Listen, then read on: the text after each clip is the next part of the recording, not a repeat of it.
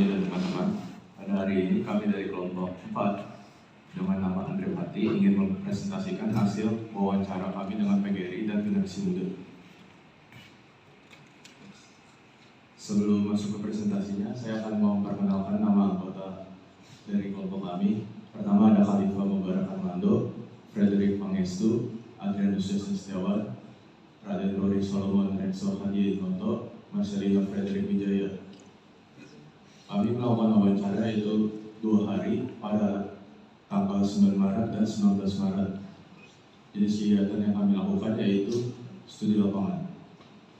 Tema atau judul yang kami angkat itu adalah membentuk strategi unggul dalam mengatasi cyberbullying untuk menciptakan generasi muda yang menguatkan semangat bela negara. Tempat presentasi kami, tempat wawancara kami itu ada di Rosewood Residence, kediaman Ketua PGRI dan juga TKJ di Utar. Nah, di sini adalah outline kami. Nah, langsung aja masuk ke intisari. Tujuan kegiatan kami melakukan wawancara itu untuk mengetahui bagaimana penanganan cyberbullying dari pihak PGRI dan juga menganalisis bagaimana tanggapan generasi muda terhadap cyberbullying. Deskripsi kegiatan ini melakukan wawancara ke pihak PGRI mengenai dampak dan penanggulangan cyberbullying terhadap generasi muda, dan juga melakukan wawancara ke generasi muda mengenai tanggapan mereka tentang pelaku dan korban cyberbullying dan cara menghadapinya.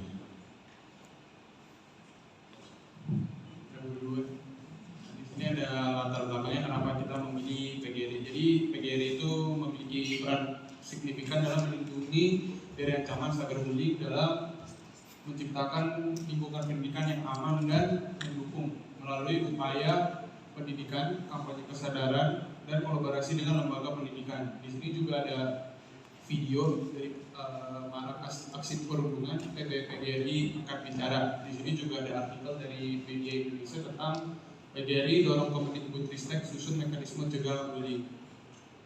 Nah, di sini juga ada beberapa rumusan masalah. Yang pertama, bagaimana tanggapan generasi muda mengenai cyberbullying di kalangan generasi muda itu sendiri. Lalu, apakah pencegahan cyberbullying itu sudah efektif di generasi muda? Lalu juga bagaimana meningkatkan efektivitas penanganan cyberbullying mengingat pengetahuan masyarakat atau generasi muda tentang fenomena cyberbullying. Nah, di sini juga kami telah melakukan wawancara untuk generasi muda. Nah, di sini kita memberikan 3 pertanyaan untuk generasi muda narasumber kita. Yang pertanyaan pertama itu, menurut Anda mengapa cyberbullying bisa terjadi?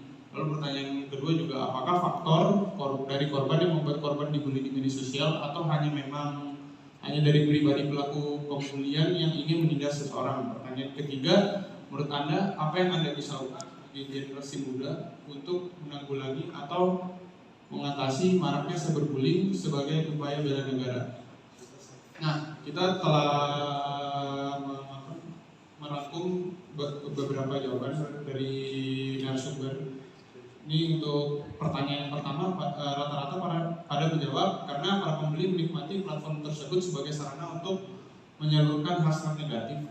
Karena di dunia maya ini seseorang itu menjadi anonim, nggak ketahuan, sehingga pelaku merasa lebih puas untuk melakukannya. Oke, jawaban ini dimulai dari pertanyaan yang kedua, apakah pencegahan cyberbullying sudah apakah ada faktor dari korban yang membuat korban dibully di media sosial atau memang hanya dari pribadi pelaku pembulian yang ingin menindas seseorang?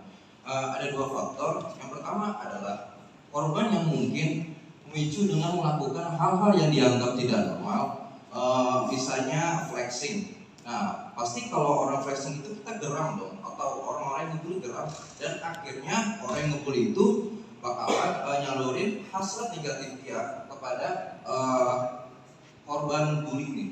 Oke, kedua, adanya kecenderungan pembuli untuk membuli. Ya, pembuli pasti ingin membuli untuk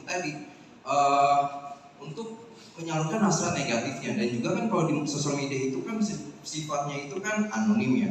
Nah, jadinya makin Oke, terus yang ketiga ini pertanyaannya adalah Menurut Anda, apa yang Anda bisa lakukan sebagai generasi muda untuk menanggulangi atau mengatasi maraknya cyberbullying sebagai upaya bela negara? Nah, jika Anda sebagai pengguna sosial media menyaksikan cyberbullying, cara yang paling gampang adalah cukup menonaktifkan fitur komentar Anda.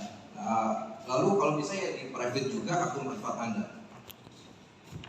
Oke. Ini yang nomor pertama, wawancara PGRI. Apa peran manajemen pendidikan dalam pengolahan dan pencegahan cyberbullying di lingkungan sekolah? Strategi apa yang Anda, Ketua PGRI, dapat gunakan untuk memberikan informasi tentang bahaya cyberbullying di lingkungan masyarakat? Pertanyaan ketiga, bagaimana sekolah dapat mendorong percakapan dan kolaborasi antara guru dan orang tua untuk meningkatkan kesadaran dan mengatasi cyberbullying? Oke, ini pertanyaan pertama. Peran utama manajemen pendidikan dalam sebagai pembuat program dalam pengolahan dan pencegahan cyberbullying di lingkungan sekolah yang melibatkan guru dan staf sebagai pelayanan yang baik dalam perilaku aman. Misalnya dengan melakukan seminar dan kampanye kesadaran tentang cyberbullying. Nah, di dalam kampanye atau seminar itu terdapat cara untuk memahami cyberbullying dan juga mengajarkan tentang apa itu cyberbullying dan cara mencegah dan juga mengatasinya. Oke, yang kedua. Selanjutnya, strategi yang dapat dilakukan untuk memberikan informasi tentang bahaya cyberbullying kepada masyarakat adalah membuat berbagai sumber informasi, bisa secara cetak maupun non cetak. Untuk cetak, contohnya bisa membuat brosur yang dibagikan ke masyarakat, maupun poster yang ditempel ke dinding, maupun memasang banner di tempat tertentu. Untuk yang mencetak bisa membuat postingan seperti video pendek ataupun reel di Instagram atau sebagainya untuk menggambarkan bahaya dampak negatif cyberbullying. Selanjutnya, kunci untuk mendorong percakapan dan kolaborasi antara guru dan orang tua adalah kepercayaan dan komunikasi. Orang tua pasti lebih mengetahui kondisi anaknya yang di rumah daripada guru yang bekerja di sekolah. Oleh sebab itu, maka ketika ada rapat, maka orang tua dan guru harus saling melakukan umpan balik, dan orang tua dan guru bersama-sama mendidik seorang siswa tersebut. Dan jika ada pelatihan mengenai cyberbullying dan sebagainya, orang tua harus wajib ikut dalam seminar dan lainnya. Selanjutnya di lampiran berisi foto-foto dan video hasil wawancara kami. Yang pertama, ini adalah video wawancara kami dengan narasumber Dr. Dejan Musfas selaku Ketua Besar Pengurus PGRI. Selanjutnya akan dilanjutkan teman saya, Raden Robi.